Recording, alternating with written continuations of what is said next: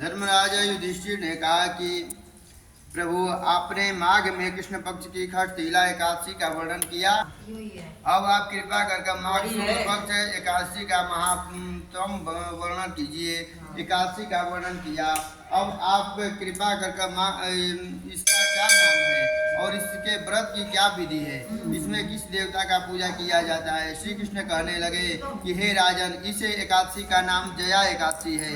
इसका व्रत करने से मनुष्य ब्रह्म हत्या से जैसे पापों से छूट जाता है। भगवान विष्णु की भक्ति कर मोक्ष को प्राप्त होता है। इसके प्रभाव से भूत पिशाच आदि योनियों से भी मुक्ति हो जाती है। इस व्रत को विधि पूर्वक करना चाहिए। अब मैं जया एकादशी की महिमा भी कहता हूँ, सुनाता हूँ। देवराज इंद्र नंदन वन में विहार कर रहे थे। गंधर्व गान कर रहे थे। गंधर्व कन्या पुष्पवती ने इंद्र की इस संगीत सभा में मल्यवान को देखा। अपने हाव भाव से पुष्पवती ने मल्यवान को आकर्षित करने की चेष्टा की। मल्यवान की पुष्पवती के मोह में पड़ गया और गायन के सुरताल भूल गया। संगीत और लय टूट गई। संगीत प्रेमियों को बुरा लगा। इंद्र भी कुपित हो गए। संगीत को एक साधना है। संगीत पवित्र माना जाता है। इस साधना को भ्रष्ट करना अपराध है। इंद्र को क्रोध आ गया। उन्होंने पुष्पवती और मल्यवान को श्राप दे दिया कि इंद्र ने कहा, संगीत साधन की पवित्रता को नष्ट करने वाले मल्यवान और पुष्पवती, तुमसे सरस्वती की पूजा में विघ्न डाला है। तुम्हें अब मृत्यु लोक में जाना होगा। तुमने गुरुजनों की सभा में संयम में रहने के लिए को तोड़ा है, इसलिए अब तुम्हें देवलोक का निवास नहीं मिल पाएगा। तुम दोनों अधम पिशाच असंयमी का सा जीवन बिताओगे। शापवश दोनों मृत्यु लोक आ गए। गुरुजनों की सभा में संयम में रहना चाहिए और संगीत की परम पुनीत साधना में अपनी भावना अपवित्र न होने दे। यही दो बातें गंधर्व मल्यवान और पुष्पवती के सोच का कारण बनी। हे विहरण, वनों में भदी सुरत लिए अब अभक्ष खाना खाते जीवन बिता रहे थे। हिमालय के शीतल प्रदेश में उनका जीवन कष्टमय था। दोनों पश्चाताप की अग्नि में जल रहे थे। अपनों से बिछुड़ने का उन्हें बड़ा दुख था। एक दिन दोनों ने निराश से घिर जाने के कारण सवेरे से ही आहार नहीं लिया। वे प्रभु का ध्यान कर अपनी गलतियों की क्षमा मांगने लगे। दिन भर में वे शुद्ध हृदय प्रभु का ध्यान करते रहे। सायंकाल पीपल के वृक्ष के नीचे बैठ गए।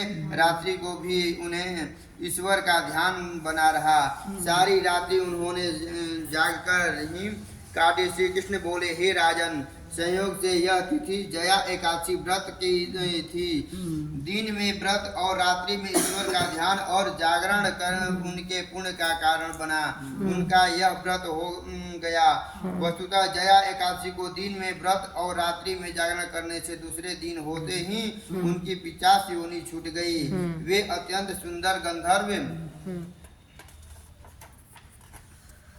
और अब अप्सरा की देह को पा गए। सुंदर वस्त्राभूषणों से अलंकृत हो उन्होंने स्वर्गलोक को प्रस्थान किया। उस समय आकाश में देवता तथा गंधर्व उनकी स्तुति करते हुए पुष्प वर्षा करने लगे। स्वर्गलोक में जाकर उन दोनों ने देवराज इंद्र को प्रणाम किया।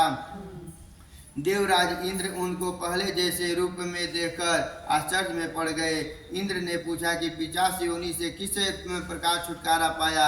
मल्यवान अपनी भूल पर पछताता हुआ बड़ी विनम्रता से प्रणाम कर बोला, हे देवेंद्र, भगवान विष्णु की कृपा और जया एकादशी के व्रत के प्रभाव से हमारी पिशाच से देह छूटी है।